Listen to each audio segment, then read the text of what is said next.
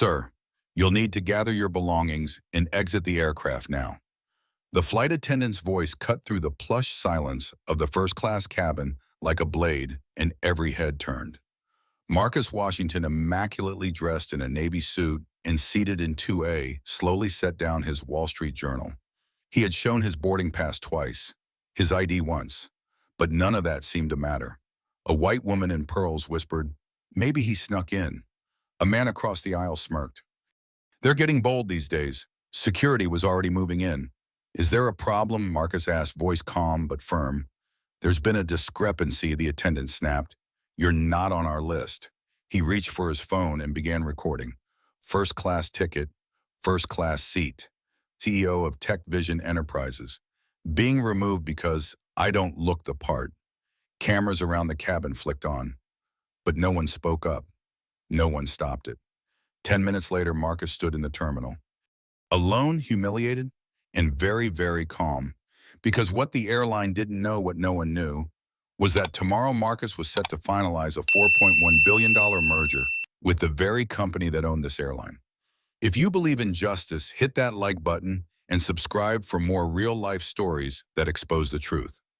The terminal lighting flickered overhead as Marcus Washington stood motionless, briefcase in hand, the hum of rolling luggage and boarding calls passing around him like white noise. He didn't pace, he didn't lash out. He simply stood rooted in the middle of Gate B-17, the silent center of a storm no one else could feel. Inside that slim black briefcase beneath his fingers was a document that had taken 18 months to build a 286-page merger agreement between Tech Vision Enterprises and Aerotech Industries. A deal valued at $4.1 billion. A deal that would cement his place in history as the leader of the largest black-owned tech acquisition in America. But in the eyes of the airline staff who just removed him from his seat, Marcus Washington had been little more than a suspicious body in an expensive suit. He walked toward a nearby bench and sat down slowly, placing the briefcase beside him. From across the gate, a janitor pushing a mop bucket glanced at him with quick sympathy, then looked away. A group of travelers passed by, murmuring to each other, likely having just seen the incident. One of them pulled out their phone, likely reviewing footage. Marcus wasn't interested. He already knew how it looked. He pulled out his own phone. No new emails. Just a barrage of missed calls and texts from Victoria, his chief of staff. "Victoria, where are you, Victoria? We just saw Twitter. What happened?" "Victoria, say the word, and we'll cancel the meeting." He typed back, "I'll be on the next flight. Proceed with prep." The app showed dozens of videos from other passengers now spreading across social media. One had already crossed 10,000 views, captioned, "Black man thrown off first class for no reason. Boarding pass said 2A. But Marcus didn't share it. He didn't retweet it. He didn't rage about it. That wasn't his style. His fury was quiet, calculated, controlled. He had learned that skill early. At 12 years old, he had walked into a hardware store in Southside Chicago with a list of items for a school project. The clerk followed him, eyes sharp, tone cold. "You sure you're not here to steal something, son?" He remembered how he'd clenched his fists, said nothing, and walked out. He'd never stopped walking since. Past stereotypes, past insults dressed as jokes in Ivy League classrooms, past investors who told him his idea was smart for a black founder, past colleagues who'd asked, "So who's the real brains behind the company?" He had been navigating these moments all his life. But today wasn't just another insult.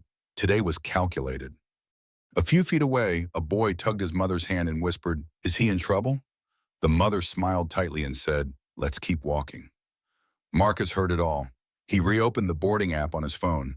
His reservation flight 1342, seat 2A, was still listed. Status departed. They hadn't even fixed the system error they claimed existed. He stood and walked toward the ticket counter. The young man behind the desk stiffened when Marcus approached. "Can I help you, sir?" Marcus kept his voice even. "I need to be rebooked to San Francisco today." "First class," the clerk typed rapidly. I see you were on 1342. That's already in the air. I'm aware." The clerk paused. "We may have to book you in coach. First class is sold out." Marcus smiled faintly. "Find another airline. I'll pay double. I need to be there tonight." The clerk nodded nervously and began tapping again. Behind Marcus, whispers started. A young woman with a laptop raised her phone, likely recording. Good, let them. 20 minutes later, he was seated near a quieter gate, ticket in hand, for a competitor airline leaving in 2 hours. First class, no questions, no stares, no problem. He finally took a deep breath, leaned back against the cold plastic seat, and closed his eyes. But rest didn't come. The humiliation wasn't just public. It was systemic.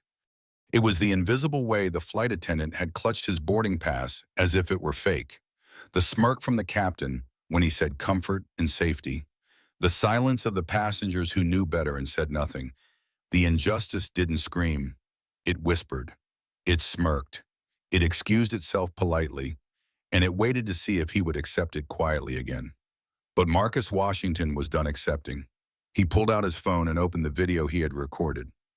His own voice was calm even then. "I have a valid ID. I have a valid ticket.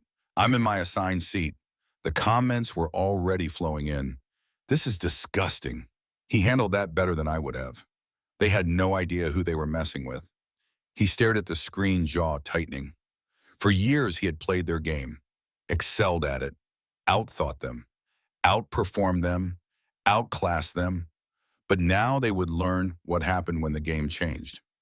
The plane had not yet reached cruising altitude when Marcus Washington opened his laptop and began typing.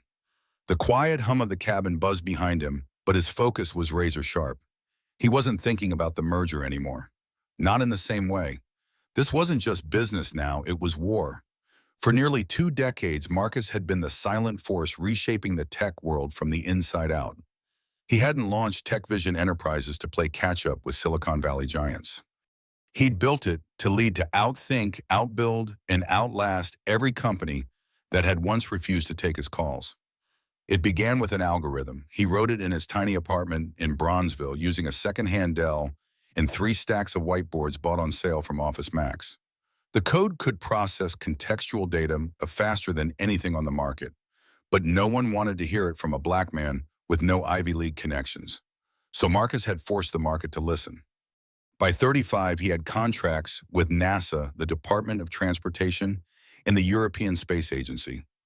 By 40, Tech Vision had built its own satellite, developed renewable AI integrated energy grids in Kenya and Bangladesh, and launched autonomous public transit prototypes in Austin and Seoul. He was called the quiet revolutionary in Forbes. Wired called him the next Turing, only real black and profitable. Still, he had never been invited to Davos. Still, people mistook him for the driver when he pulled up to meetings, but his success made him immune until today. He stared at his reflection in the dark screen of the laptop for a moment. The look in his own eyes surprised him. Not rage, not even humiliation. It was focus, like the kind he had during his toughest battles, negotiating hostile takeovers, protecting patents from being stolen, defending black employees from subtle but systemic bias. This morning, before boarding that cursed flight, Marcus had been prepping for the biggest win of his career, the Aeroch merger, a $4.1 billion deal that would fuse Tech Vision's cutting-edge civilian AI platforms with Aerotech's aging aerospace infrastructure. The combination would revolutionize air transport supply chains and even medical emergency response systems. The deal had been in the works for over a year.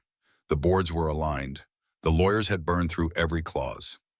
The media was waiting for tomorrow's press release. And now it all hung by a thread. Not because of financials, not because of competition, because a flight attendant didn't think he belonged in seat 2A. Marcus's phone buzzed. A call from Victoria. He answered instantly. "I just briefed the team," she said. "They're shaken. Everyone saw the video. Some of the junior engineers are livid. Zoe wants to fly out and be with you in San Francisco." "No," Marcus said. "Tell her to stay in Chicago. We need eyes on the home front. Has anyone from Aerotech called? Not yet. But PR is spinning. They've released a statement about boarding confusion." Marcus laughed without humor. "Of course they did. Also, CNN picked it up. It's on their homepage. You're trending #2 worldwide." He paused. "#1, a baby panda sneezed at a zoo in Tokyo." He chuckled softly. The absurdity of the world never failed. Then he turned serious. "Victoria, I want full security on Ayana and Zara. I want my personal attorney looped in. And I want every single detail we know about Arrow's Sky and their relationship with Arroch laid out by the time I land. Already on it, she said. You thinking lawsuit, I'm thinking leverage. He ended the call and opened a folder on his laptop labeled Confidential, Internal. Inside were memos, market analyses, and projections for the next 10 years. He scrolled to a presentation prepared for Arroch's board. Page 3, Why Tech Vision is the Future of Arroch. Page 7, Risks of Losing Marcus Washington. Page 9, Projected Stock Impact in the Event of Merger Collapse, 27%, 35%. He read the last page again, slowly, then leaned back and looked out the window. They didn't know what they'd done. They hadn't just insulted a black man in first class. They had jeopardized the future of their own corporation by exposing themselves as fragile, fearful, and prejudiced. They had drawn the wrong line, because Marcus wasn't a charity case. He wasn't a diversity token. He was their only lifeline. And now he was thinking strategically, surgically about how to use that power. Across the aisle, a young man stared at him in awe, finally realizing who he was. Marcus offered a polite nod. It was beginning. The illusion had shattered. And behind the calm exterior, the real Marcus Washington, the one they had underestimated for years, was ready to act. By the time Marcus touched down in San Francisco, the facade was already cracking. Not just the media-friendly veneer of a simple boarding mistake, but something deeper, rotting structural. He could feel it in the way the calls began flooding in. First, his internal team, then mid-level AeroTouch executives, then journalists, civil rights groups, and finally 2 congressional aides leaving vague voicemails about oversight interest. Victoria met him at the gate, her black slacks crisply pressed, tablet in hand, hair pulled back tight. But her usual composure was brittle. They're panicking, she said without preamble as they fell into step. Arroch's internal Slack channels are a mess. Someone leaked the internal risk reports showing their dependency on this merger. They know if you pull out, their valuation collapses, good Marcus said flatly, but Victoria's eyes darkened. Marcus, that's not all. They stepped into the back of a waiting car. Victoria tapped her screen and pulled up a dossier. These are screenshots from internal airline staff forums. Look at the language. Marcus leaned forward. Passenger flagged in 2A, doesn't match profile. He didn't look first class. Thought it was a glitch. Didn't someone say we should quietly delay him? His pulse quickened. They didn't just assume you didn't belong, Victoria said. They coordinated it, and they used code. Flagged. Profile mismatch. That's not random. That's institutional behavior. She swiped to another screen. A Reddit thread from an ex-Aeros Sky employee detailed a secretive unofficial list passed to flight crews, a list of inconsistencies to watch for when boarding unusual premium class passengers. The examples were chilling. A Latina executive escorted off in Denver. An Indian scientist denied boarding in Boston. A black surgeon demoted to economy after seat duplication. No complaints upheld, no lawsuits filed, just whispers and shame. Marcus sat back silent. The air in the car thickened. This has been going on, Victoria added. Not just with you. You're just the one who had the profile, the reach, and the camera rolling. He thought of the countless passengers who'd never recorded anything, who had accepted the lie that they didn't belong, who had believed it was just them. He remembered a young coder he'd mentored out of Compton, Denise. Bright, ferociously smart, but defeated after getting escorted off a business flight en route to a pitch meeting. They said my seat didn't exist, she'd whispered then, as if ashamed. Like I didn't exist. It hadn't been random. It had been design. The rot wasn't in the incident, it was in the architecture. This wasn't about one racist flight attendant or an overzealous captain. It was about a culture that operated with unspoken rules, comfortable assumptions, and secret policies dressed as protocols. Systems that performed selective dignity checks. That asked only certain passengers to prove they belonged. Do we have names, Marcus asked. Victoria nodded. Veronica Keller, flight attendant. Captain Bradley Stevens, both with ties to Arroch's acquisition wing. Keller's husband is VP of Strategy at Skyworks, an Arroch subsidiary. He turned to look at her. And Stevens? His brother-in-law is Arroch's Director of Corporate Development, the man leading their side of the merger negotiations. Marcus exhaled, his fist tightening. They planned this, he muttered, or someone did, and if they coordinated my removal, they wanted you off that plane before the San Francisco signing Victoria finished. It wasn't just prejudice, it was strategy. He nodded slowly, pieces falling into place. The merger wasn't just a deal, it was a power shift. TechVision would gain access to defense tech aviation infrastructure and intercontinental logistics. Marcus Washington, a black CEO, would sit at the table with old money war profiteers and outrank them. Some couldn't stomach that, so they reverted to what power always does when threatened: deny access. Delay. Demean. It wasn't about the seat, it was about the gate. Later that night, Marcus stood before a wall of monitors in TechVision's San Francisco satellite office. His team had assembled a digital map connecting incidents, executives, board members, and shell companies across Aero, Sky, and Aeroch.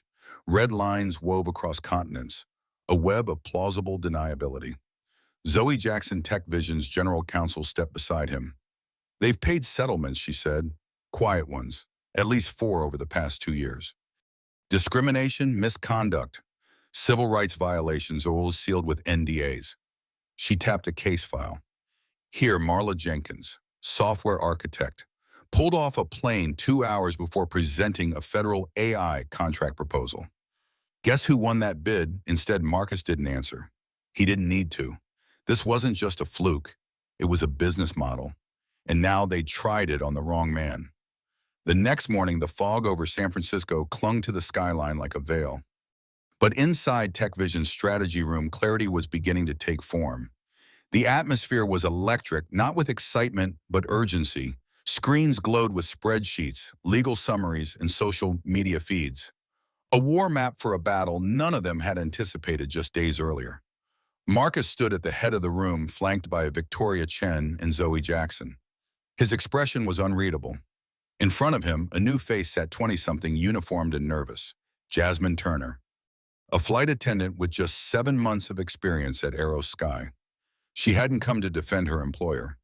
She had come to testify. Jasmine clutched her phone tightly, thumb trembling over the screen. I wasn't supposed to say anything, she said. I signed a non-disclosure. But after seeing what they did to you, she looked up, eyes steady. I couldn't stay quiet. Victoria leaned forward. Tell us everything. Jasmine nodded. There's a code. We're told not to call it that, but that's what it is. When a passenger in first or business class doesn't match expected profile, we flag it. We're trained to escalate, quietly, discreetly, always under the guise of verifying documents. Expected profile, Marcus asked. Jasmine hesitated. That's the part they don't say out loud, but we all know what it means. White, male, suits from certain brands. No visible tattoos, no accents. No suspicious behavior, which basically means looking uncertain, asking too many questions, or not looking like someone they'd expect to afford the seat. Marcus said nothing. His silence weighed more than anger. There's a term, Jasmine continued, special handling.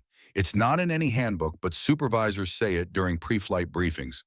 When they say a passenger requires special handling, it means they want them watched, challenged, moved, or offloaded if necessary. Victoria exchanged a glance with Zoe. And you've seen this happen? I've done it, Jasmine admitted, her voice cracked. I've asked black women to show their IDs twice. I've seen South Asian men move to coach after last-minute seat confusion. We were told it was random, but it's always the same kind of passengers. She reached into her bag and pulled out a small notebook. I kept track. Dates, flights, crew names, what happened. I didn't plan to blow the whistle. I just needed to keep a record. For myself, to prove I wasn't imagining it. Zoe reached for the notebook, flipping through it. Her eyes widened. You have flight numbers, names, actions taken. Jasmine, this could be a smoking gun. I also recorded part of my onboarding training, Jasmine added. You hear the supervisor say not everyone in first class got there honestly. You'll learn to spot them. Marcus closed his eyes for a moment, not in disbelief, but in recognition. The casual way the system coded exclusion as professionalism, the way prejudice wore a uniform and called itself procedure.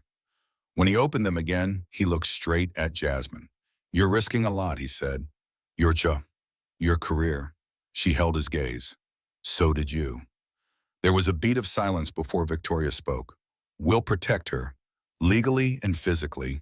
If this gets ugly, it already is, Jasmine said. Zoe leaned in, her voice steady. This could be the foundation for a class action lawsuit, not just for Marcus, but for every person flagged downgraded or removed under these practices. Marcus nodded slowly. We don't file yet, not until we understand the full web. Across town, someone else was having a crisis of conscience. In a downtown conference room, Richard Phillips, CEO of Aeroch, stared at a paused screen showing Marcus being escorted off the plane. The viral clip had now amassed over 40 million views. His executive assistant hovered nearby. The board wants a response strategy. We're losing contracts. 3 major shareholders want a meeting. Phillips ignored her. His phone buzzed again. Senator Reynolds, he let it ring. Something about the footage, about the calm way Marcus had documented his own humiliation, haunted him. Not because of the optics, because of the truth behind them. Phillips was not a good man, but he wasn't blind. He'd sat across from Marcus Washington in boardrooms. He'd seen the brilliance, the poise, the power. And he had heard the comments from his own team. The snide suggestions, the subtle resistance. TechVision's CEO doesn't exactly scream stability. That much power in one man's hands makes people nervous. They hadn't said what they meant. They didn't have to. And now the consequence of all that unspoken bias was burning down everything Phillips had built. He stared at the phone. For the first time in his career, he wasn't sure which side of the fight he was on. Back at TechVision, Jasmine's interview had just ended. As she stepped out into the hallway with security escorting her to a safe car, another email pinged into Marcus' inbox. Subject line re-urgent. Discrimination documentation. You should see this. From anonymous, whistleblower at Proton Mail. Combo body. What happened to you is part of something much bigger. I've attached documents that explain everything. You're not alone. Marcus downloaded the file, inside dozens of PDFs. Internal reports, passenger notes, executive memos. Proof. The system wasn't just rotten. It was built that way. The file from the anonymous whistleblower was a bombshell. As the PDF documents opened one by one across Marcus Washington's screen, each page unraveled the curtain a little more. There were internal memos marked confidential staff performance evaluations linked to incident management, and an executive slide deck that, without saying it outright, incentivized crew who proactively identified seating irregularities in premium cabins. Nowhere did it say racial profiling. Nowhere did it use words like discrimination or bias. But it didn't have to. Marcus knew code when he saw it, and these documents were written in fluent corporate euphemism. Victoria leaned over his shoulder, skimming the screen. They've created a framework where discrimination is not just allowed, it's rewarded. Zoe Jackson stood at the whiteboard behind them, adding names and dates to a spidering chart of connections. Veronica Keller. Captain Stevens, James Harrison of Aeroch, Senator Reynolds, Thomas Keller, Veronica's husband, VP of Strategy at Skyworks. This is not a scattered pattern, she said. This is an architecture. And now we start dismantling it, Marcus replied. 3 floors below, in TechVision's secure data lab, the forensic accounting team worked in silence, lit only by the glow of 12 synchronized monitors. Eleanor Pfizer, a veteran investigator who had brought down embezzlers inside the pharmaceutical industry, and a university chancellor in New York, clicked through wire transfers, consultant invoices, and board disbursements. This is where it gets interesting, she said, waving Marcus and Victoria over. See these payments, all made to a shell company called Parallax Consulting. She clicked deeper, revealing Parallax's registration details, an address in Delaware shared by 11,000 other businesses. And here's where the money ends up, Eleanor said, pulling up another window showing offshore wire routes ending in the Cayman Islands. Victoria's brows knit. How is that linked to our case? Eleanor clicked again. Because Parallax is listed as a consulting vendor for Aeroch's disruption response program, the same internal team responsible for PR crisis planning and protocol enforcement at their airline subsidiary, AeroSky. You're saying, Marcus said slowly, that they're paying off-book consultants to manufacture incidents. I'm saying, Eleanor clarified, that someone is getting paid every time one of these seat discrepancies causes a news cycle. Because you can't renegotiate a merger or tank a stock without a crisis. And someone's learned how to profit from triggering just the right crisis. Victoria's eyes darkened. Weaponized humiliation. Exactly. By noon, Marcus had launched a shadow investigation team comprised of tech vision legal staff, PR experts, and two cybersecurity consultants pulled from defense contractors. Their job was simple: collect, validate, and secure every piece of evidence before the opposition knew what they had. Because he knew how this worked. Evidence got lost. Whistleblowers were discredited. Victims were turned into villains. And if they didn't build an airtight case fast, everything would vanish under the weight of powerful friends in high places. Across the country in Washington, D.C., a young staffer inside Senator Reynolds' office watched the clip of Marcus being escorted off Flight 1342 for the fifth time. Her name was Kendra Thompson, Georgetown grad, policy analyst, daughter of a retired Air Force pilot. She knew that look on Marcus' face. She'd seen it on her father's the day a hotel manager called the police because he didn't believe a black man could afford a penthouse suite. Kendra clicked into the Secure Senate database and searched Aero Sky discrimination settlements. Nothing. But she knew better than to look there.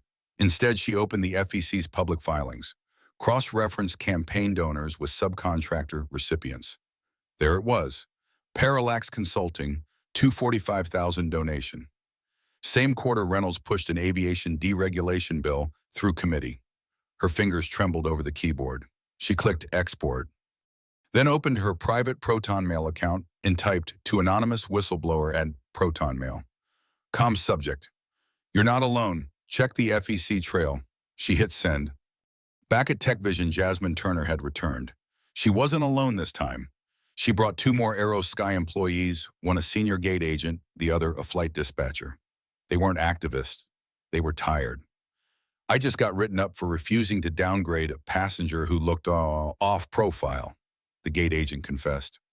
"They're doing it everywhere," said the dispatcher. "Not just first class. Hiring managers have to log cultural fit scores now. And if someone's got a strong ethnic background and low fit, they get passed over." Zoe scribbled furiously. "Do either of you have documentation?" The dispatcher handed over a flash drive. Marcus accepted it like it was evidence in a federal case, because it was. "You're doing the right thing," he said softly. The gate agent's voice broke. "I used to think it was just isolated, bad apples. But the deeper I looked, the more I realized the orchard's rotten." That night, Marcus stood alone in his office, overlooking the San Francisco Bay. The city lights blinked across the water, calm and oblivious. But beneath the surface, a reckoning was building. He now had whistleblowers, evidence trails, financial corruption, and a system that had underestimated one black man too many. And tomorrow the system would learn what it meant to be seen, really seen. Marcus Washington had built TechVision with code and grit. But what had sustained it wasn't just technology. It was strategy. The kind forged not in textbooks, but in rooms where you weren't supposed to be, where people smiled while planning your removal. Now, as the sun sank behind the San Francisco skyline, Marcus sat at the head of TechVision's crisis war room.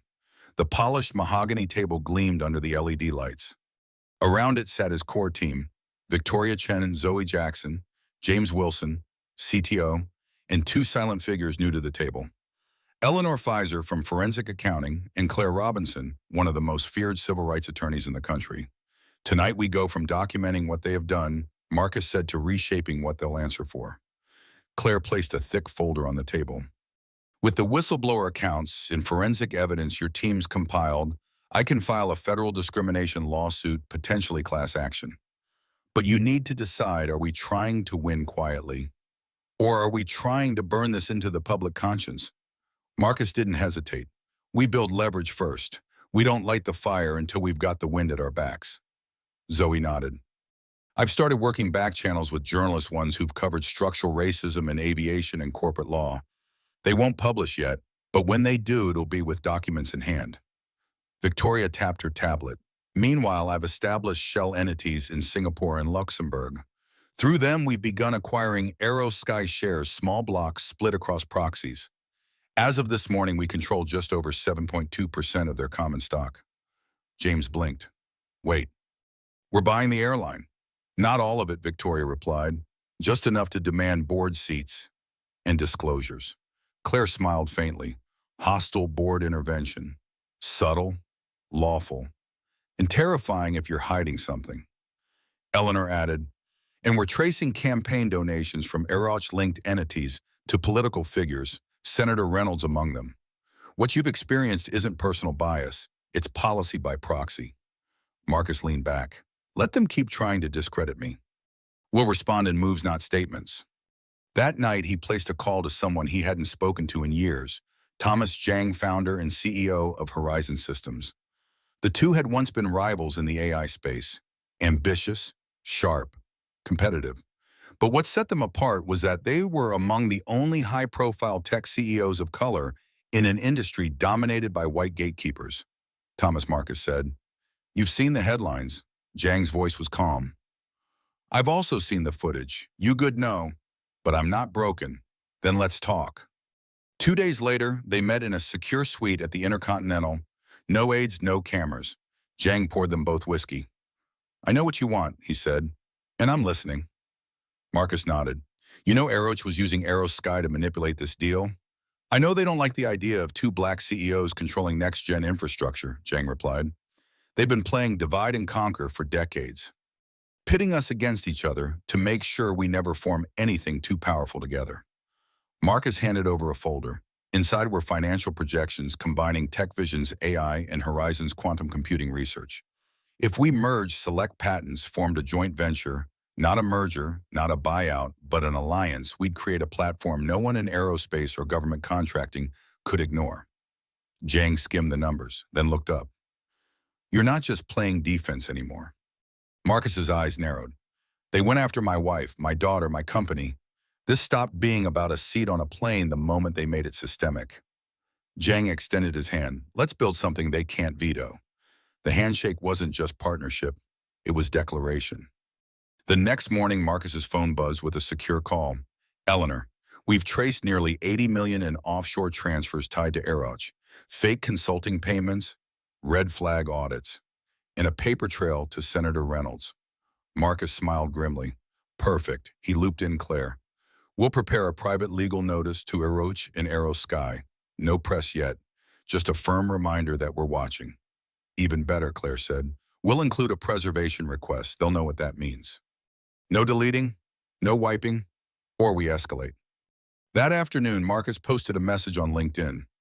"Leadership isn't silence, it's action. What I experienced wasn't a one-time mistake. It was a system failing in plain sight. To every executive, employee, or customer who's ever been told directly or indirectly that they didn't belong, I see you, and I'm not backing down. Business with dignity, stand with truth." The post exploded 150,000 reactions in 24 hours. CEOs reposted it, activists amplified it. Employees quietly sent him their own stories, their own humiliations. Each one added fuel. But Marcus wasn't here to burn bridges. He was here to set the ground for something new.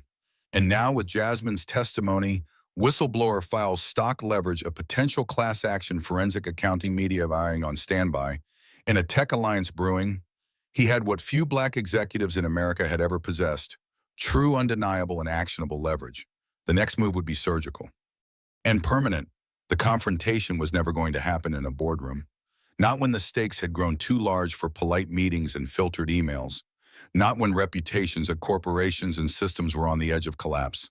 This battle, like so many Marcus had fought, would begin quietly and then erupt. It started with a calendar request. Subject: urgent, strategic update, merger terms. Finalization from Richard Phillips, CEO, AeroTH Industries, to Marcus Washington, CEO, TechVision Enterprises. Time, 9:00 a.m. PST. Private suite, Four Seasons, San Francisco. Victoria reviewed it on Marcus' tablet. "He's trying to control the optics. Get you in a neutral setting before this goes public." "He thinks I'm still playing by the old rules," Marcus said, adjusting his cufflinks. "Let's see what he says when the deck shifts." At exactly 8:59 a.m., Marcus entered the suite. The air inside was cold, clinical, like the people who'd furnished it never intended to stay. Richard Phillips stood by the window, sipping from a white china cup, eyes on the skyline. Beside him sat Gerald Whitman, Aeroch's chairman, a man whose presence always seemed less like leadership and more like ownership. And near the bar, silent but unmistakable, stood Senator James Reynolds, hands folded, watching. No one offered a greeting. Marcus Phillips said, turning slowly, "We're glad you came." "I'm sure you are," Marcus replied, placing his briefcase on the table without sitting. "Let's not waste time." Phillips gestured to the leather chair across from him. "Please," Marcus remained standing. "Let's get something clear. This isn't a negotiation, it's notification." Whitman exhaled. "Son, let's drop the posturing. You've made your point," no, Marcus interrupted. "You made mine when you sanctioned the removal of a first-class passenger based on nothing but bias. When you attempted to discredit him, threaten his family, sabotage his business, leak sealed records, smear his name." Phillips cleared his throat. "There's been a misunderstanding." Marcus snapped open his briefcase and placed two folders on the table. One labeled discrimination testimonies, the other forensic evidence, parallax funds. Inside are first-hand accounts from your airline staff, documents linking your leadership to discriminatory protocols, and accounting irregularities tied to shell companies feeding campaign contributions into Senator Reynolds' PAC. Whitman went pale. "You can call it coincidence, or bad judgment, or policy. I call it sabotage." Reynolds finally spoke. "Marcus, I've known you a long time. I know you're angry. But these kinds of accusations," Marcus turned to him, voice level. "You pressured my bank. You tried to freeze my credit lines through back-channel calls. I have memos, timestamps, and now your voice recorded in a routine check-in with First National's compliance team." Reynolds said nothing. Phillips leaned forward. "So what now? You want an apology, a settlement?" Marcus gave a bitter smile. "You think this is about me? It never was. You tried to erase someone who plays by the rules because you thought the rules didn't apply to you. But the thing about erasure is sometimes it leaves ink." He reached into the briefcase again and placed a third item on the table, a letter sealed, stamped by federal court. Claire Robinson's lawsuit, filed that morning. "A class action complaint," Marcus said, "filed under the Civil Rights Act and supported by hundreds of passengers and former staff, alleging a pattern of systemic discrimination, obstruction of opportunity, and intentional sabotage." Phillips visibly swallowed. "That's slander," Whitman said, standing. "No," Marcus said quietly, "it's truth, with evidence." He stepped closer now, standing over the table. "And here's what you're going to do." Silence fell. "You're going to issue a public statement acknowledging wrongdoing, not unfortunate confusion, not policy breakdown. You're going to name what happened: racism, bias, institutional prejudice." Phillips opened his mouth. And Marcus continued, "Aerolodge will issue a binding agreement ending all collaboration with Aero Sky and operations personnel exchange and shared data environments. You'll divest, restructure, and issue reparations to every employee who's come forward." Reynolds laughed, but there was no strength in it. "You have no authority. I control 11.4% of Aero Sky stock through proxies," Marcus replied.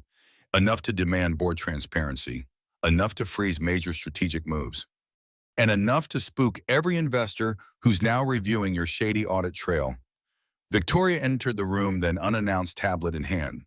"Marcus," she said smoothly, "the Department of Justice has responded. They've opened a formal investigation into Parallax Consulting and have requested the documents we submitted yesterday." Phillips sat down slowly. And finally, Marcus said, walking to the door, "I'm terminating the merger. Publicly, irrevocably. This deal doesn't move forward, not with you, not with your board, not with your shadow networks." Whitman stood again. "You're burning a $4 billion bridge." Marcus turned calm as ever. "No," he said, "I'm building a new one, with people who don't try to push me off the plane." He left the room. Behind him, the empire began to shake. The tremors began just minutes after Marcus left the Four Seasons suite. By the time he stepped into the waiting car, the first leak had already hit Twitter. An anonymous source, likely someone in the hotel or on Phillips' own staff, posted a blurry photo of the sealed federal court envelope Marcus had placed on the table. The caption read simply, "Marcus Washington just dropped the hammer on Aerolodge. Class action suit incoming. Business with dignity." The post had over 10,000 shares in an hour. But it was only the first domino. At 11:13 a.m., Bloomberg ran a breaking alert: TechVision terminates merger with Aeroch amid allegations of systemic discrimination. By 11:48 a.m., Reuters confirmed DOJ involvement. At 12:02 p.m., Forbes published a detailed expose based on whistleblower testimony compiled by TechVision's legal team, complete with anonymized statements from Jasmine Turner and the gate agents who had come forward. At 1:16 p.m., Senator Reynolds' office issued a tone-deaf press release dismissing allegations from a disgruntled business partner, only to retract it 20 minutes later after receiving word that a federal subpoena had been issued for campaign donation records tied to Parallax Consulting. And by 2:00 p.m., Aeroch's stock, already wobbling, began its freefall. Inside Aeroch's downtown boardroom, chaos reigned. Whitman paced the length of the floor, shouting into one phone while texting on another. Philip sat motionless at the end of the conference table, watching CNBC replay footage of Marcus calmly walking out of their failed negotiation. A shareholder call scheduled for the following week was suddenly moved to the next morning mandatory attendance. Two international partners suspended their pending contracts until clarity and accountability could be restored. Even Aeroch's military contracts, once thought untouchable, came under scrutiny. The Pentagon, already fielding questions from journalists, issued a statement saying they were reviewing recent developments. It was the corporate equivalent of smelling smoke before the blaze. A PR director burst into the room. "We're trending 2 worldwide behind Taylor Swift's album drop. And 3 is Marcus Washington." "Sir, we need to get ahead of this." Phillips finally looked up. "We're not getting ahead," he said hoarsely. "We're behind and falling." Meanwhile, at TechVision headquarters in Chicago, the war room was eerily calm. Zoe Jackson stood before a wall of monitors, each screen showing a different media outlet. Headlines rotated in rapid succession. Whistleblower claims racial profiling was standard practice at major airline. TechVision CEO goes public with discrimination lawsuit. Will Wall Street pay the price for institutional racism? Marcus leaned against the table, phone in hand, reading a message from Claire Robinson. Filed suit has now reached over 600 potential co-plaintiffs. We're preparing to submit requests for class certification next week. Victoria stood by the window watching reporters gather outside the building. "They're calling this the reckoning in the skies," she said. Marcus nodded. "Good, let them." He walked over to Zoe. "Status on our proxy holdings in Aero Sky. We're at 14.3% and climbing," she said. "And thanks to the public backlash, no one's contesting. Every percentage point gives us more power. Board seats, oversight, shareholder actions." "Legal exposure," Zoe smirked. "We've built a fortress. They can't sue us for retaliation without exposing more of their rot." Marcus exhaled deeply. Then he turned to the team. "Prepare a shareholder resolution. I want to vote on replacing the Aero Sky CEO, the VP of Flight Operations, and the entire board ethics committee. Include a demand for third-party DEI audits." James's CTO raised an eyebrow. "That's a full purge." Marcus looked him dead in the eye. "They purged my dignity at 35,000 feet. They purged my family's privacy. They came for my wife's job, my daughter's peace, my company's integrity. Now we purge their system and rebuild it." Back in Washington, Kendra Thompson, the Senate staffer who had quietly sent whistleblower documents, watched her boss, Senator Reynolds, retreat behind closed doors. The Capitol buzzed with whispers. Colleagues were distancing. Donors were freezing funds. A campaign consultant from New York had abruptly resigned. Kendra sat at her desk, heart pounding, as she opened a second email. This one addressed to a journalist at The Atlantic with a simple subject line: "You're not done digging." Attached were encrypted records of additional shell corporations and flight data logs cross-referencing race ticket class and post-boarding outcomes. She hit send and smiled. By sunset, NBC Nightly News aired a full 7-minute segment on Marcus's confrontation with Aeroch. Clips of Jasmine's anonymized video, a dramatized timeline, a close-up of Marcus's viral LinkedIn post, and a quote from his press release. "This isn't just about a seat on a plane. It's about a system that decides who gets to fly and who gets thrown off. I'm not asking for change. I'm demanding it." The segment ended with images of passengers sharing their own stories, some in airports, some at home, many in tears. Black, Latino, Asian, Indigenous, Middle Eastern. All of them had been told either silently or bluntly that they didn't belong. And now they were speaking. That night, Marcus stood alone on the roof of his apartment building, the Chicago skyline glittering in the distance. He held a tablet in one hand, reviewing the day's headlines. His enemies had underestimated him. They tried to humiliate him publicly and bury him quietly. But humiliation, when recorded, when repeated, when resisted, became evidence. And evidence, when connected, became a case. A case that had now turned into a movement. A plane seat. A forced walk. A whisper of wrong section. And now a systemic collapse. It was a quiet Sunday morning when Marcus Washington returned to the place where everything had started, the runway observation deck at O'Hare International Airport. The same airport where he had boarded Flight 1342, where a seat had been denied him not by policy but by prejudice. Now just 2 weeks later, the skies looked different. Planes ascended and descended like clockwork, indifferent to the human dramas that had unfolded below them. But Marcus stood still, hands in his coat pockets, watching the contrails arc across the blue and thinking not of revenge, not of victory, but of restoration. There had been no grand announcement this time, no reporters, no cameras, just clarity. Because in the chaos that followed his confrontation with Aroch, something unexpected had begun to bloom. On Monday, a letter arrived on Marcus's desk from the Department of Transportation. Signed by the secretary herself, it confirmed the formation of a new working group on discrimination in commercial aviation, with Marcus named as an inaugural advisor. The same day, TechVision's internal employee portal saw its highest engagement ever, not from product updates or financial milestones, but from a new section titled Voices. A curated archive of anonymous employee stories, both painful and proud, about belonging, about bias, about resilience. Zoe Jackson had launched it without fanfare. The first entry read, "When I joined this company, I thought I'd have to check my identity at the door to succeed. Today, I feel like I can bring my full self to work. Thank you for making space." Marcus read every story that night alone in his office. When the last one ended, he simply closed his laptop and whispered, "We're beginning again." Across the city, change echoed in unexpected places. Westlake Academy, where Marcus's daughter Zara had once been whispered about and side-eyed, hosted its first ever Equity and Dignity Forum. It wasn't Zara's idea, but it was inspired by her story. Students spoke, parents listened. For once, the conversation wasn't managed, it was heard. At Chicago Memorial Hospital, Ayanna Washington returned to work after her brief medical leave. There were no apologies from the board, no written acknowledgement of the pressure they had let fester.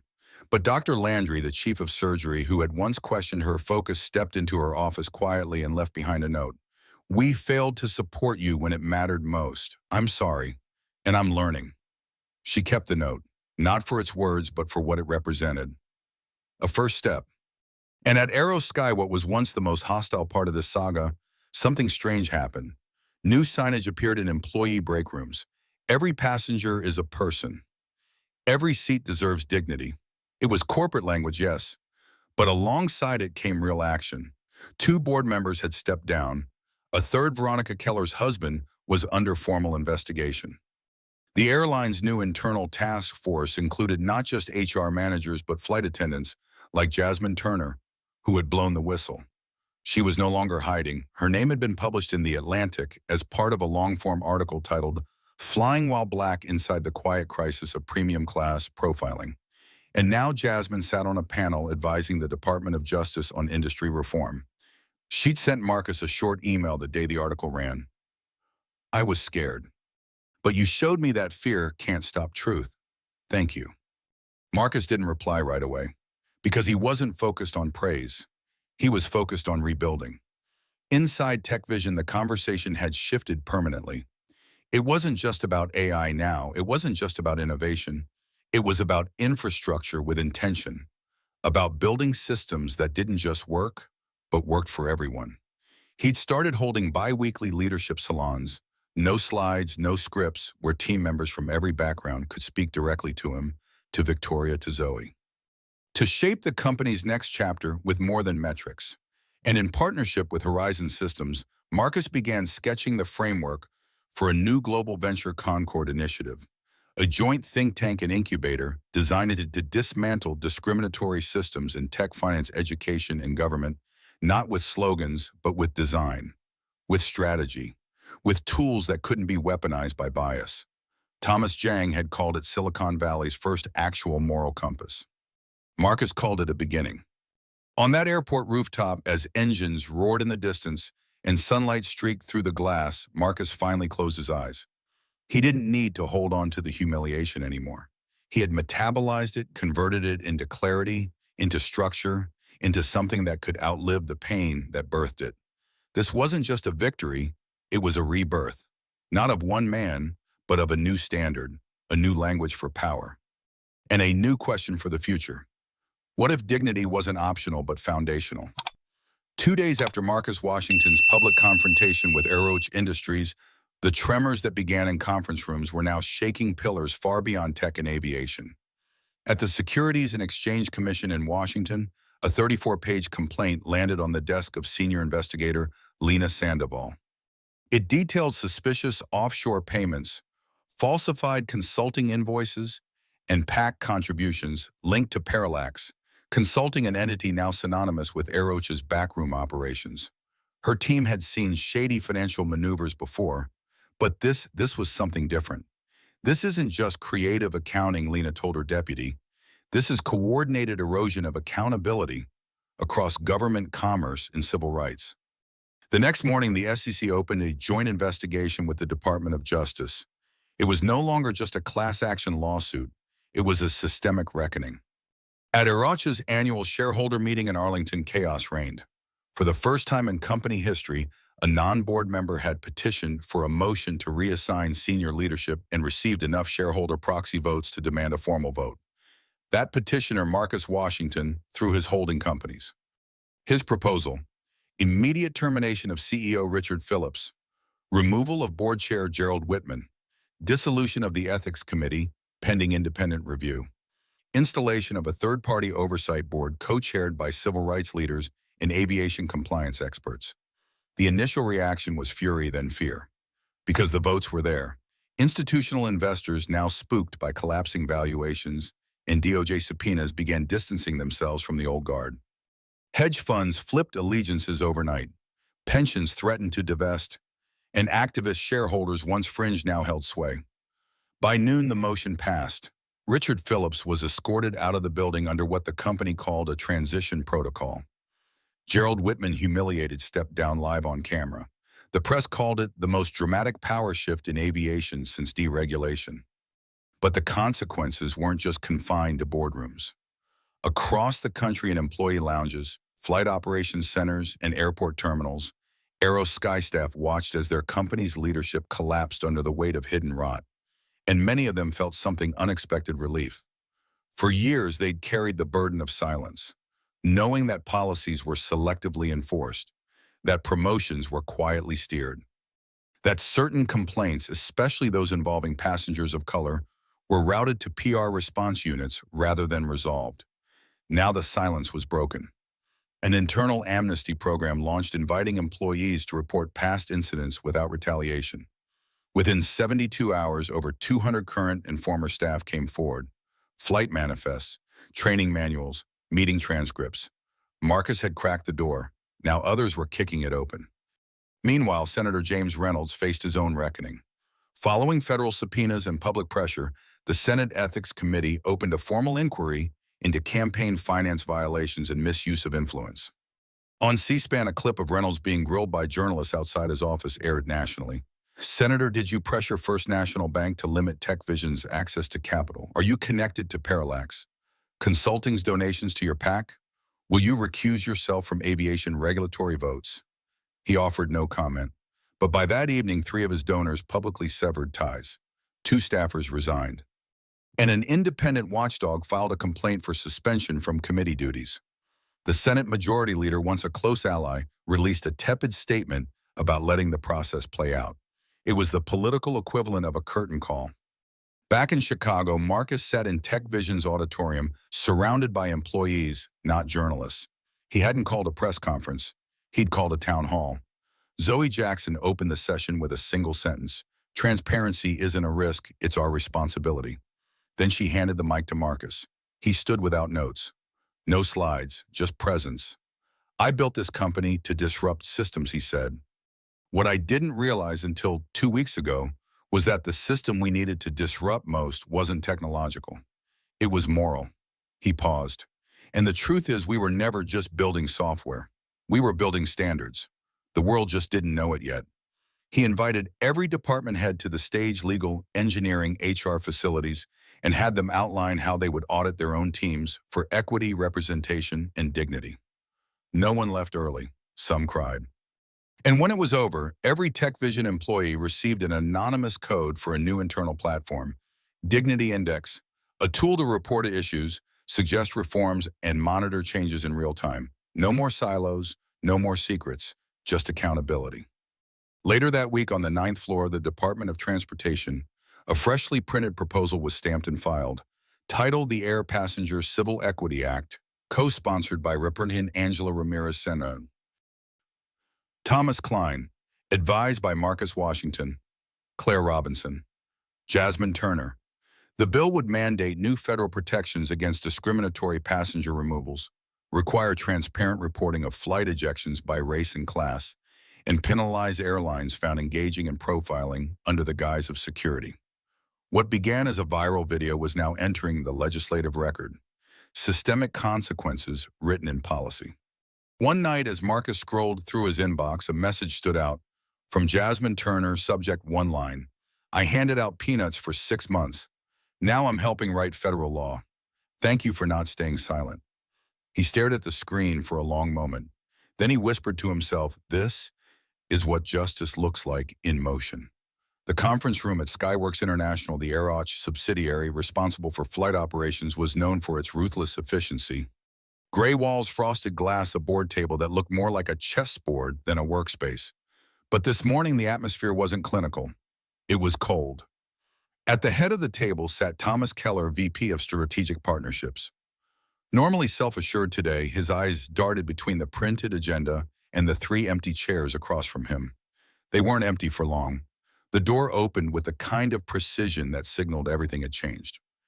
Marcus Washington walked in first, calm, confident, and followed closely by Victoria Chen and Zoe Jackson. Behind them, 2 legal aides carried a thick binder filled with documents bearing federal stamps. Thomas started to rise out of habit or fear, but Marcus held up a hand. Don't get up, he said smoothly. We're not here for pleasantries. Across the room, members of the compliance and ethics team, some of whom had previously ignored internal discrimination complaints, sat frozen, their screens dimmed, faces pale. Victoria placed a folder in front of Thomas. As of this morning, TechVision's ownership in Aero Sky has increased to 17.6%. In accordance with the company's bylaws, we're invoking our right to call a special shareholder meeting to vote on leadership reconstitution. Thomas blinked. You don't have the votes. Marcus smiled. We do. You're just not used to seeing power come from outside your usual circles. Zoe stepped forward, clicking a remote. A projection on the wall came to life, names, percentages, and logos of institutional investors. We've built a coalition, she said, and we've secured temporary voting proxy from enough stakeholders to control 52% of active shares. Effective immediately, your tenure is under review. Thomas's face flushed. This is illegal. It's corporate governance, Victoria said. The same rules you've used to edge out executives who didn't fit your culture. Across the table, a junior compliance officer raised her hand timidly. Are the equity audits also moving forward? Marcus turned to her. Yes, and every manager who oversaw or ignored discriminatory protocols will be reviewed by a third-party firm. Any retaliation found will trigger removal. The junior officer exhaled with visible relief. She had spoken up last year, filed an anonymous complaint about a gate agent harassing a Muslim passenger. The report had vanished. Her promotion too. Not anymore. Outside the boardroom, word spread quickly. Executives who had once wielded unchecked power were now being escorted out by HR teams, not for optics, but because the new leadership demanded it. Veronica Keller, the flight attendant who started the chain reaction, received an official notice of permanent termination and inclusion on the National Aviation Misconduct Registry. Her attempt to file a wrongful dismissal suit failed when evidence of 3 prior unreported incidents surfaced. Captain Stevens resigned quietly, citing personal stress, just before an FAA review board reopened 2 past complaints. And at Parallax Consulting, the shell firm at the center of the offshore scandal, a federal warrant seized all financial records, freezing accounts tied to campaign contributions and consulting payments. The old order was crumbling. But this wasn't a purge. It was precision. Marcus had no interest in revenge. He was here for balance. At TechVision, the tone had shifted. Formerly cautious partners were now reaching out publicly. From legacy banks to new tech startups, everyone wanted to be part of the wave. One email stood out in particular from the European Space Alliance. "We've followed your leadership closely. If TechVision is planning to expand into aerospace navigation systems, we'd like to discuss joint ventures. Your vision aligns with our values." Marcus forwarded it to Victoria with a single line: "Dignity is becoming currency." She replied moments later: "Correction, it always was. They just didn't value it." Meanwhile, in a courtroom in Virginia, Claire Robinson stood before Judge Hayward arguing for class certification in the discrimination lawsuit. Opposing counsel tried to object on the grounds of lack of precedent. Claire raised an eyebrow. "Your Honor, when hundreds of passengers are removed, flagged, or downgraded based on unwritten policies, that's not an isolated incident. That's a pattern." She then submitted a flash drive containing video evidence, financial reports, whistleblower memos, and passenger testimonials. Hayward leaned forward, steepled his fingers, and said the words Marcus had been waiting to hear. "I find the case meets the threshold for class certification." The motion is granted. Outside the courtroom, the press swarmed Claire. She didn't offer sound bites. Just a sentence that would headline every evening news program: "The days of powerful people hiding behind weak systems are over." At home that night, Marcus sat beside Ayanna, her head resting on his shoulder. Zara lay curled up on the couch, half asleep, a school tablet balanced on her lap. The family dog snored in the corner. Ayanna reached for his hand. "You didn't just survive this," she whispered. "You reversed it." He looked at her. "No," he said, "we did." The auditorium at TechVision's Chicago headquarters was never meant for ceremonies. It had hosted engineering demos, AI ethics panels, and international investor calls. But today its purpose was rewritten. Rows of employees, executives, partners, and even media personnel filled every seat. The lights dimmed, the screen flickered on, and at center stage stood Marcus Washington, not as the embattled CEO fighting off collapse, but as the architect of something new. He stepped forward with the calm presence of someone who had been tempered by fire and chose not to burn, but to rebuild. "I want to begin today," Marcus said, voice steady with a confession. The room went still. "I never set out to be a symbol. I didn't want to be a cautionary tale or a case study. I only wanted to build, to lead, to work in peace, but peace doesn't come by waiting. Sometimes you have to break silence to create it." The audience listened, rapt. And so he continued, "Starting today, TechVision is instituting a new leadership model, not just at the top, but at every level. Leadership that reflects who we are, where we come from, and who we're building for." He gestured to the screen behind him where 5 new portraits appeared. Victoria Chen, President, Global Operations; Zoe Jackson, Chief Ethics and Policy Officer; James Wilson, Chief Innovation Strategist; Jasmine Turner, Director, Passenger Equity Advisory Board; Aero Sky, Kendra Thompson, Head of Government Relations and Compliance. The room burst into applause. Jasmine, seated near the front, blinked back tears. Just months ago, she was pushing beverage carts, quietly collecting evidence of injustice. Now she would help draft federal aviation policy. Kendra Thompson, the young Senate staffer who risked her career to leak key records, nodded solemnly. When she had clicked send that night, she never imagined being pulled from the shadows into leadership. But that's what Marcus had done. He didn't just expose a broken system. He promoted those brave enough to challenge it. Meanwhile, at Aero Sky headquarters, a parallel transformation was underway. The board, now reorganized with TechVision's voting leverage, unanimously confirmed its new CEO, Claire Robinson. Her appointment sent shockwaves through the aviation industry. A civil rights lawyer with no prior airline experience, critics scoffed. But Claire didn't need experience in old systems to lead a new one. In her first press conference, she stood before reporters and delivered a single sentence that would go viral. Before she reached her second, "A seat is not a privilege, it's a promise. And from now on, that promise will be kept." Claire immediately announced a series of sweeping reforms. A full public audit of passenger treatment by race, gender, and economic status. mandatory anti-bias training for all crew, including pilots, live tracking transparency dashboards that report removals and upgrades by demographic in real time, the creation of an independent passenger council with veto power on new airline policies. And perhaps most radically, she unveiled the Flight Equity Fund, seeded with $150 million from reallocated executive bonuses designed to subsidize travel for underrepresented travelers, especially those affected by historic profiling incidents. The fund would be overseen by an independent panel chaired by none other than Jasmine Turner, a former flight attendant, now a national voice. In Silicon Valley, Marcus and Thomas Zhang officially launched their joint venture Concord Labs. Unlike the flashy IPOs of years past, this launch came with a sober declaration. Our companies were built in systems that didn't want us, so now we're building a system that doesn't need them. Concord Labs would focus on quantum AI integration, yes, but its hiring model, funding structure, and board policies became the bigger headline. The leadership team, 70% BIPOC, 55% women. The funding model, a capped profit structure, reinvesting 30% of net into community STEM programs. The board rotational with voting seats reserved for frontline employees and ethics officers. Old guard venture capitalists scoffed, but international markets didn't. By launch week's end, Concord Labs secured $2.4 billion in international capital, no strings attached. And when asked what the secret was, Marcus told Wired simply value scale. People just forgot how. Within months, industry events changed. At Davos, instead of Marcus being invited to diversity panels, he hosted one titled Power Without Permission, Redefining Leadership in a System Meant to Exclude. Across the auditorium, executives once reluctant to even acknowledge him now sat furiously taking notes. Marcus didn't gloat. He taught. And those who used to whisper, "He doesn't belong now," asked, "How do we join?" Late one night back at home, Marcus stood on his balcony overlooking the lake. The city was quiet. His phone buzzed with a message from Zara Dad.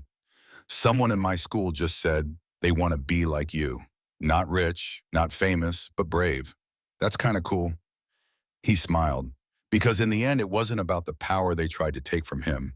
It was about the new power he helped others discover in themselves. Leadership, real leadership, wasn't about rising to the top of broken structures. It was about building new ones so no one had to fight just to take a seat. By the time summer rolled into Chicago, the headlines had shifted. Gone were the stories of forced removals, angry shareholders, and collapsing mergers. In their place, editorials, legislative hearings, and academic white papers, all asking the same question: what does true reform look like? Marcus Washington had no interest in shallow answers.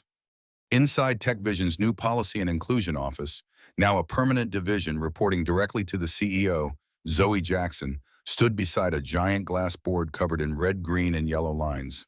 It looked like an urban transit map.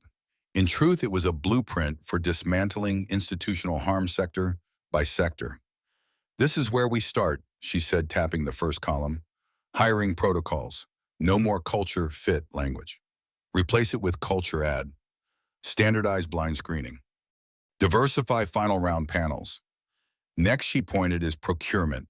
If we're funding vendors that don't reflect our values, we're complicit." Marcus leaned in, reading, "Equity clause in every vendor contract, annual DEI audits tied to continued contracts, incentives for companies with diverse boards." Victoria nodded approvingly. "Let's make it public, not just for transparency, but as a model." And so they did. TechVision published its Equity Systems Map, a comprehensive 78-page document outlining every internal process under a reform: hiring, promotion, discipline, compensation project, selection, partnership review, even cafeteria vendor diversity. Critics called it performative, until 5 major companies downloaded it within a week and requested advisory help implementing their own. Meanwhile, at Aerosky, Claire Robinson didn't waste time. The airline, once the epicenter of humiliation, was now being re-engineered from the inside out. One of her first acts as CEO was to abolish the passenger watch list system used to flag non-compliant profiles. The data was damning. Over 74% of flagged passengers were black or brown. Less than 5% had actual policy infractions. But instead of quietly deleting the list, Claire did something unprecedented. She published it with passenger names redacted and a formal apology from the company. "We can't fix what we pretend never happened," she said at a press conference. She then announced a partnership with civil rights groups to develop the Passenger Equity Standards Act, a voluntary framework that would be rolled out to other airlines. To pilot the program, she chose the flight routes most known for bias complaints: New York to Atlanta, LAX to DC, Chicago to Dallas. Marcus read the draft and smiled. It included a section titled Dignity Protocols, a direct nod to the movement he'd sparked. In Washington, D.C., hearings began for the Air Passenger Civil Equity Act. Jasmine Turner was called to testify. Seated at the witness table in a Navy suit, she was calm but firm. Her voice trembled only once when she said, "For years we were told to watch people, not for weapons, not for drugs, but for profiles." No one said the word, but we all knew. Kin tone, accent, confidence level. If they seemed too bold, too certain of their seat, we flagged them. Not because they were threats, but because they didn't match the profile of someone allowed to belong. She paused. "I did what I was told. I hated myself for it, but now I'm building something better. Please let this law be part of that." The room was silent. Then a Republican senator from Arizona, not known for progressive stances, leaned into the mic and said, "Miss Turner, I believe you just taught us all something we needed to learn." Back in Chicago, Marcus walked the halls of TechVision's Innovation Wing. He paused before the new portrait series outside the cafeteria Faces of Impact, a rotating wall of those who contributed meaningfully to the company's values, not just its profits. There was Jasmine, there was Kendra. Even a photo of Zoe in her very first protest as a Columbia undergrad bullhorn in hand, courage in her eyes. And below each photo, a single line, "This is what system builders look like." He reached the end of the hall where the new training room had been renamed the Ayana Room, dedicated to his wife who had endured the pressure campaign against her with quiet grace and returned to her surgical suite, not with vengeance, but with renewed compassion for every patient she touched. She never wanted recognition, so Marcus gave her legacy. The ripple effects continued to grow. Universities updated their executive MBA ethics courses with modules on systemic design bias using Marcus's case as a primary study. Airlines across Europe requested briefings from TechVision's policy division. And Wall Street, which once only cared about performance, now began to ask, "What's your dignity risk?" Not out of morality, but because it had become a material risk. One night, Marcus returned home to find Zara sitting at the kitchen table reading a civics textbook. "What's that?" he asked. She looked up, smiling.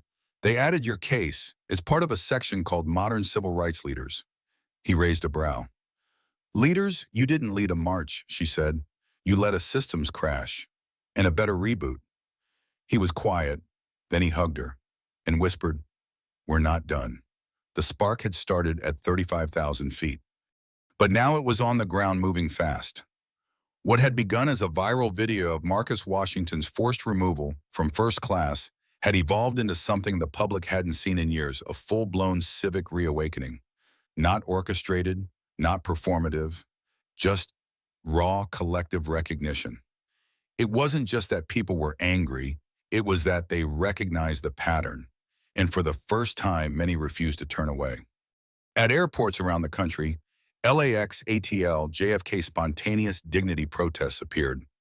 Travelers in business suits and sweatpants alike stood in silent lines at ticket counters holding handwritten signs, "I have a ticket too." Profiles aren't policy. We all deserve the seat we paid for. Some brought mirrors. Others just stood heads high, refusing to be moved. TV news tried to downplay it. Then came the real proof. 78-year-old Gloria Atkins, a retired schoolteacher from Detroit, wheeled herself into the middle of Terminal C at O'Hare, raised her cane, and declared to a dozen onlookers, "I was removed from a flight in 1973 for asking to sit in the front. I didn't record it. I didn't fight it. But today I stand." The crowd erupted in applause. A TSA agent hugged her. The clip made national headlines. Gloria stands trended for a week. Suddenly, this wasn't Marcus's story anymore. It was everyone's. Airline call centers were inundated with requests for clarification on passenger rights. "I want to know your removal policy. Do you record what demographics get flagged? What's your process for verifying first-class passengers? and why a viral TikTok challenge began called Fly with Dignity. Participants documented their flight's boarding interactions, upgrades, or demotions, and shared whether they were treated with respect. The most viewed clip showed a Latina nurse being moved to business class after being told she looked more comfortable there. She wasn't. She had paid for first. She'd filmed everything. Within 48 hours, the airline issued a full refund, a public apology, and fired the gate supervisor. But the woman, Teresa Mendez, refused the refund. Instead, she donated it to the flight equity fund, Jasmine Turner, now help manage. Keep your money, she posted. I want a better system. Across the nation, churches and mosques, classrooms, and courthouses echoed with conversations that had long been tucked away. Not just about racism, but about access, about assumption, about who gets treated like they belong and who has to prove it. In a Boston high school, students hosted a forum called Every Seat is a Statement, where teens shared their families' flying experiences, who got stopped, who got double-checked, who was told to sit elsewhere. In Houston, a group of Black and Latino pastors led a prayer vigil at the airport terminal. But they didn't just pray. They read names, passenger names, ones pulled from public complaints, lawsuits, or testimonies. And with each name, they said, "You belonged in that seat." Even the airline industry, long guarded by PR shields and legal deflection, couldn't escape the tide. A leaked memo from the National Airline Alliance showed that top executives were now demanding new training for every frontline employee. But it wasn't the standard sensitivity seminar. It was called the Dignity Curriculum, co-authored by Claire Robinson, Marcus Washington, and a group of ethicists, former flight staff, and behavioral psychologists. Its core teaching: dignity is not what you give, it's what you protect. And then came the turning point. A major international summit on transportation equity held in Geneva, Switzerland, invited Marcus as keynote speaker. The room was packed with ministers of transportation, CEOs of global carriers, and regulators from 6 continents. Marcus didn't speak about his lawsuit, or the merger, or the billions lost or gained. He told them about his daughter, about how Zara had once asked him if they should just stop flying, about how she watched him be dragged off a plane and asked, "Did they think you stole your seat?" About how his silence afterwards scared her more than the incident. And then he told them what silence does, how it calcifies into policy, how it becomes the blueprint for injustice. And he ended with a question: if dignity doesn't fly first, how can justice ever land? The room stood. The applause wasn't polite. It was personal. Back in the US, the Wall Street Journal ran a headline that surprised even Marcus: "The dignity economy is here. How justice became a market force." It wasn't clickbait. Corporations began scrambling to evaluate their dignity scores. Brands issued statements not about diversity hires, but about trust, lived experience, and culture redesign. One by one, the walls that had once stood untouched began to tilt. Not because of pressure from politicians, but because the public had awakened. And once awakened, and they were not going back to sleep. The airline industry had always prided itself on being unshakable. Fuel prices could surge. Labor strikes could paralyze a hub. Weather delays could choke schedules across the globe. But still, the machines flew. The seats filled. The profits rolled. That illusion ended the moment Marcus Washington refused to deplane. Now the shock waves weren't just political or social. They were economic, structural, and permanent. At the quarterly meeting of the International Aviation Council in Dubai, an executive from Sky Atlantic Airlines opened with a sobering admission: passengers are no longer just ticket holders. They're accountability engines. They film, they testify, they organize. If we don't recalibrate from the inside, they'll do it for us from the outside. Heads nodded around the room. British Airways had just lost a $30 million contract with a European university consortium after it failed to explain why their diversity audit showed that 86% of passenger complaints came from non-white travelers in premium cabins. Qatar Air suspended 5 route managers after internal video showed staff marking non-Arab passengers for additional verification. And Delta had gone quiet. But a month later, it quietly launched an internal task force co-led by civil rights advocates and airline crew, modeled after the team Jasmine Turner chaired at Sky. What had once been isolated, tolerated, or buried was now a liability, and industries were taking notice. In Silicon Valley, tech giants began reevaluating not just their hiring practices, but their travel policies. Several Fortune 100 companies publicly announced they would no longer book corporate travel through airlines without transparent, anti-discrimination frameworks. The result, a sudden rush of PR departments scrambling to adopt dignity protocols, most of them based on the Passenger Equity Standards Act drafted by Claire Robinson's team. Marcus watched with a mix of caution and clarity. "I'm not interested in apologies," he told Fast Company. "I'm watching for architecture." One of the most surprising ripples came from an unlikely place, the insurance industry. Following the public collapse of Aeroch's executive structure, a global risk assessment firm revised its underwriting model for corporate leadership. Now boards were evaluated not just on market performance, but on inclusion liability. Translation: discriminatory cultures could raise your insurance premiums. The policy shift made headlines. It also made waves. An anonymous source from Lockwell and Grant, one of the largest underwriters in the aviation sector, leaked an internal email. The Marcus Washington incident wasn't a PR event. It was a governance failure. And failures have price tags. That price tag, billions in projected risk adjustments over the next decade. In short, dignity was no longer just a virtue. It was a cost center. Meanwhile, across the media landscape, the conversation matured. What began as coverage of a humiliating incident had evolved into a full examination of systemic discrimination in travel corporate leadership and gatekeeping institutions. The Atlantic released a full-length documentary, "The Seat You Paid For: Discrimination in the Skies," featuring Jasmine Turner, Gloria Atkins, and Marcus himself. It traced the timeline from Marcus's removal to institutional reform. The final scene was quiet, Marcus sitting on a plane next to a young black boy wearing a pilot's wings, both smiling without a word. The documentary won a Peabody Award, and it was just the beginning. Colleges began teaching Marcus's case in MBA ethics courses. Law schools created simulations around class action procedures tied to his lawsuit. Even flight attendant academies added segments on recognition bias developed in part by Zoe Jackson's policy lab at TechVision. But it wasn't only aviation anymore. Banking, retail, hospitality all began asking new questions. Who gets stopped? Who gets asked twice? Who never gets asked at all? Who designed the rules and who were they protecting? One afternoon, Marcus received a letter at his office from the CEO of a major hotel chain.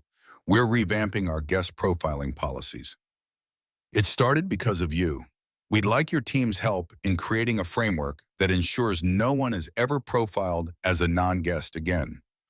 Our goal isn't just inclusion, it's repair." Marcus placed the letter next to another, this one from the chancellor of a Northeastern university. "We read your Concord Initiative white paper on ethical AI travel planning. We want to partner with you.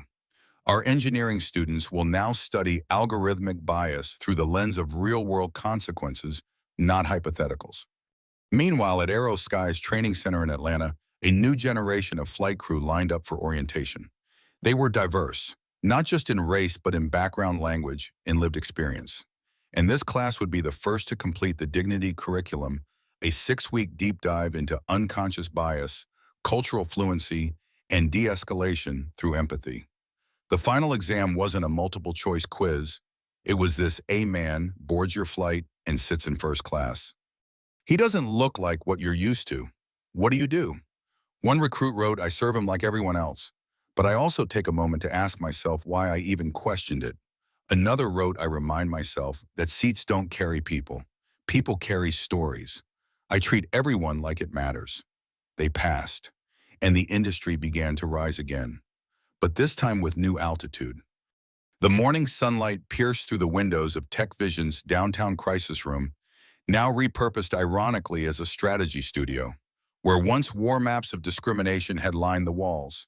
Now sat renderings of ethical infrastructure, transparent procurement flows, equitable hiring funnels, and open-source justice models being adopted by competitors worldwide. But Marcus Washington stood in front of something far simpler: a thumb drive. "This is it," said Eleanor Pfizer, laying the device carefully on the table like evidence in a trial. 3 years of offshore contracts, vendor swaps, and the biggest laundering scheme I've ever traced in a regulated industry." Zoe looked up from her notes. "Are we certain?" Eleanor tapped the report. "Parallax Consulting was the tip.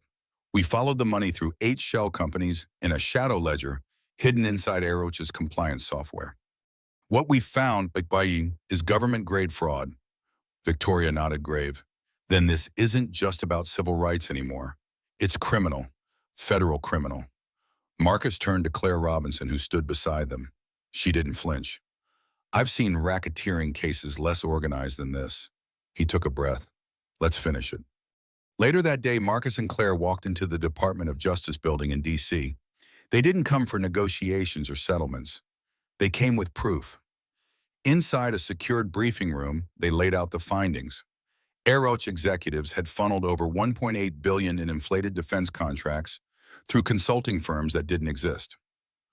A portion of those funds were traced to Senator James Reynolds' PAC alongside vacation property investments registered under relatives' names.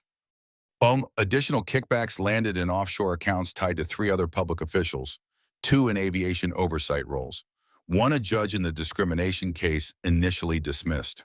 When Claire finished the final slide, the DOJ's deputy director stood in stunned silence. Then she said, "We need to move quickly." By nightfall, the federal investigation had been widened. Subpoenas issued. 2 government servers sealed. And Judge Harrington, the one who dismissed the class action as frivolous, was served with an ethics violation notice, publicly. 2 days later, it hit the press. The Washington Post whistleblower, files reveal Aeroch fraud, political ties 1.8B, at stake, the New York Times, from first-class discrimination to federal indictments. The Marcus Washington files, the media storm made the initial viral video look like a whisper. But it wasn't just scandal this time. It was the system bleeding out in real time. TV anchors who once asked whether Marcus was overreacting now opened their broadcasts with solemn gravitas. Business analysts spoke in astonished tones about the collapse of trust in defense contractors. Ethics professors called it a generational moment in corporate accountability. And as for Senator Reynolds, he resigned within 72 hours, citing health concerns. By the end of the week, 4 Aeroch executives were taken into federal custody. One of them wore a Rolex Marcus had seen on the flight where it all began. But the most chilling moment came during a private deposition recorded by the DOJ. A former Aeroteach strategist, face-blurred voice disguised, testified under oath.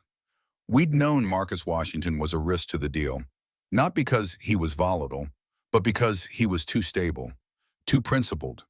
We couldn't control him. The interviewer asked, "So what was the plan?" A long pause. Delay him, humiliate him, make him arrive late to the San Francisco signing, undermine his leverage.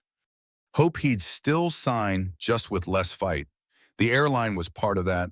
Everyone knew. The plan wasn't to destroy him. It was to erode him. Quietly, incrementally, systematically. But the system hadn't calculated one thing Marcus didn't bend.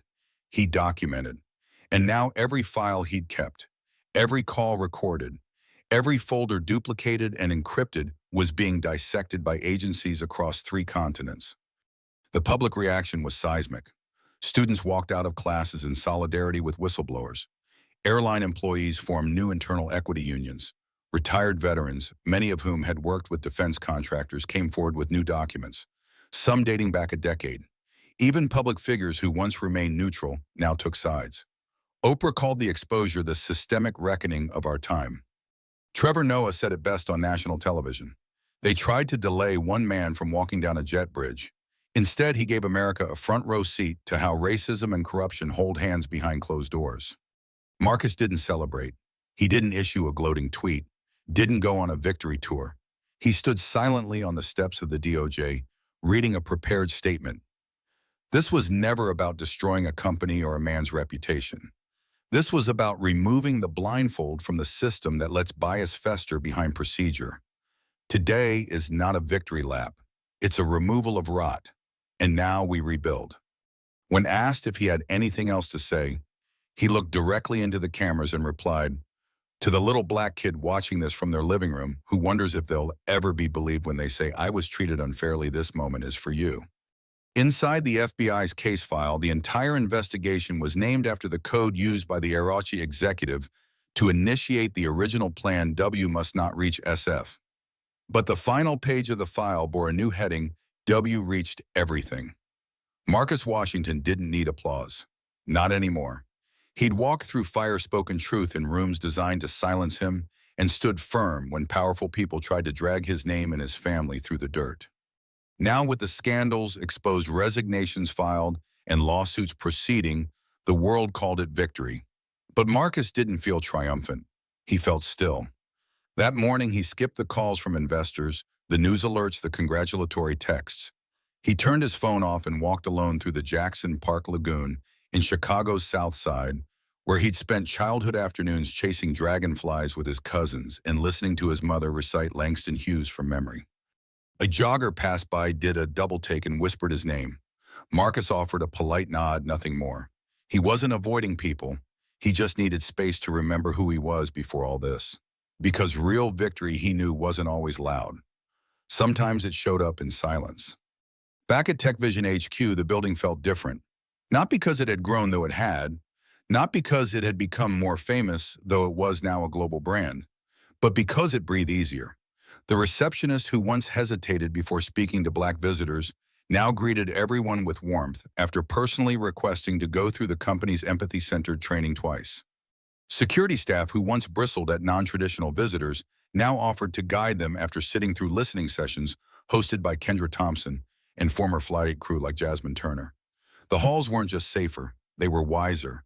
And on every floor in places that once showcased only quarterly projections were handwritten notes from employees collected anonymously and displayed in glass I used to code in silence. Now I feel heard. For the first time in 10 years, I see someone who looks like me in leadership.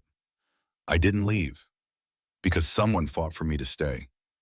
None were signed, none needed to be. Ayanna finally returned to a full rotation at Chicago Memorial, moved more carefully now, not because of fear, but because of clarity. She didn't waste time on hallway politics or coded language in board meetings. When they tried to scrutinize her new mentorship initiative for Black medical interns, she handed them the grant approvals and walked away. She was done seeking permission. She was building legacy. And at home, Zara seemed lighter. She no longer asked why certain people looked at her sideways when she said her last name. She didn't flinch when classmates whispered, "That's the girl whose dad." She walked taller. In fact, the other day, she told her parents she was starting a civic education club at school. They'd call it the Seats Taken. Ayanna had smiled. Marcus had quietly turned away so they wouldn't see his eyes blur. In San Francisco, where the failed merger meeting had originally been scheduled, Marcus was now invited back, this time to speak not at a shareholder negotiation, but at a university lecture titled Systems of Silence: How Power is Preserved by Politeness. He declined. Instead, he asked Jasmine Turner to give the keynote. "You lived it, you changed it," he told her.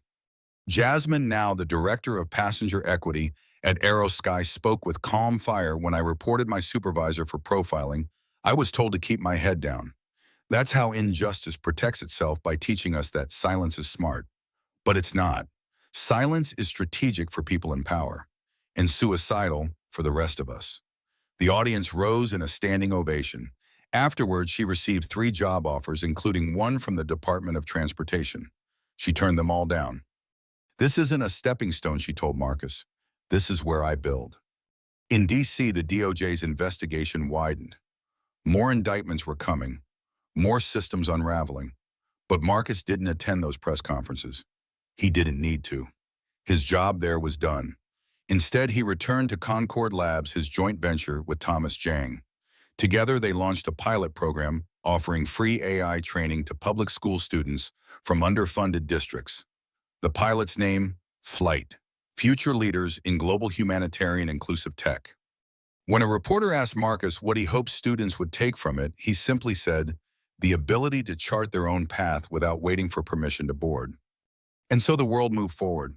The headlines faded, the think pieces cooled, the cameras pointed elsewhere. But the systems they stayed changed. Some companies rewrote their entire hiring procedures. Some airlines fully adopted the passenger equity standard.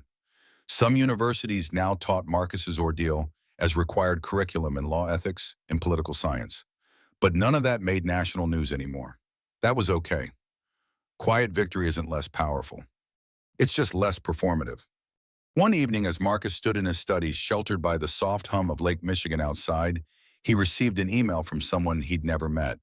No subject line, no signature, just this: I don't have your strength. But because of you, I'm still here. That's enough for now. Marcus closed the laptop, placed his palm flat against the lid, and whispered, "That's victory." No headlines, no sound, just peace. 2 years later, the world didn't just remember what had happened on that flight. It functioned differently because of it. At O'Hare International Airport, Gate B-22 bore a small brass plaque near the jet bridge. It didn't name Marcus Washington. It didn't mention the scandal or the lawsuits. It simply read, "In memory of every passenger who paid for a seat and still had to prove they belonged." May dignity always board first.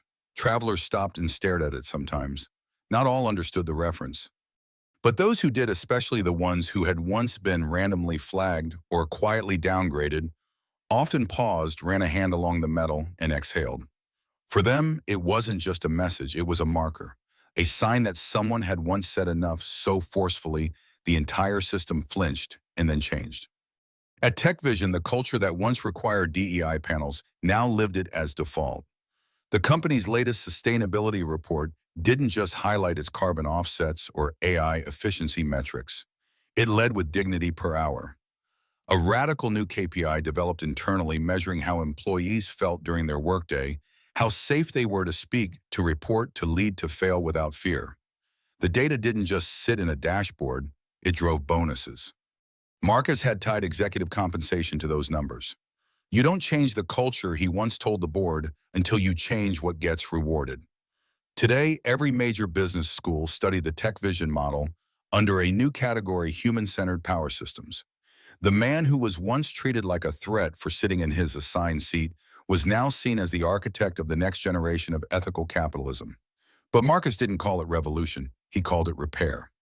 In Washington, the Air Passenger Civil Equity Act passed with bipartisan support. No one thought it would, but after months of public pressure, corporate testimonies, and relentless advocacy from Claire Robinson's team, the law was signed under quiet cameras in the East Room. Jasmine Turner was there. So was Gloria Atkins, the retired school teacher who had become a folk hero after her silent protest in Terminal C. After the signing, Jasmine whispered to Gloria, "They made it law because of you." Gloria smiled. "No, honey. They made it law because we didn't go home quiet this time." At Westlake Academy, Zara Washington graduated with honors and gave the student commencement speech. Her hair in long braids, eyes calm and piercing. She stood in front of hundreds of students and spoke not of success but of witnessing. "I watched the world try to make my father smaller. It didn't work, not because he shouted louder, but because he refused to disappear. I learned that dignity isn't something you are granted, it's something you reclaim, over and over again if necessary." The standing ovation came not just from families. It came from faculty who had once hesitated to stand beside her. Afterward, a younger student, an immigrant boy from Lagos, approached her with tears in his eyes. "I want to be like you," he said. Zara hugged him and replied, "Then be better." In a quiet museum gallery in D.C., a permanent exhibit opened titled "Boarding Pass: Discrimination Resistance and Redesign in American Air Travel." The display included the original viral video still of Marcus calmly stating, "I have a boarding pass, I'm not moving." Audio from Jasmine's whistleblower training session. The mugshot leaked to discredit Marcus, now reframed beside the story of why he'd been arrested protesting apartheid investments at MIT. And finally, a looped interview clip of Marcus stating, "I wasn't trying to spark a movement. I was just trying to get where I was going." The fact that I had to fight to stay in my seat tells you everything about the system we live in. But the fact that I won, that tells you it can change. School groups walked through in silence. Some left with tears, others with questions. All of them left with something else: awareness. At home, Marcus now spent most mornings walking along Lake Michigan before breakfast. No entourage, no phone, just the sound of water and the occasional jogger who recognized him but didn't interrupt. He had nothing left to prove. His company was stable. His daughter was fearless. His marriage stronger than ever. And the world no longer able to pretend it hadn't seen what he made visible. His greatest achievement wasn't a market cap. It was a shift in collective perception. People now understood that injustice didn't always scream. Sometimes it whispered policy. It smiled with professionalism. It hid in the phrase, just following protocol. But now people didn't just see it, they named it. And once named it, couldn't survive long in the light. That Marcus believed was the true legacy, not just justice served, but dignity reclaimed. Not just systems disrupted, but new ones installed. Not just a seat regained, but an entire industry reconfigured so that no one ever had to fight for the right to belong again. And all because one man, calm, measured, and utterly unshakable, chose not to leave his seat.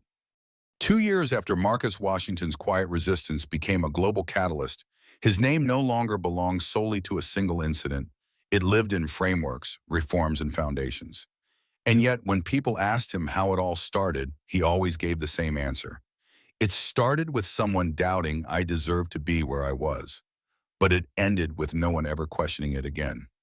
At the newly established Dignity Institute for Systemic Reform, nestled in the heart of Chicago's South Loop, policymakers, technologists, and community leaders gathered every quarter to share one goal: design systems that didn't merely correct injustice, but prevent it.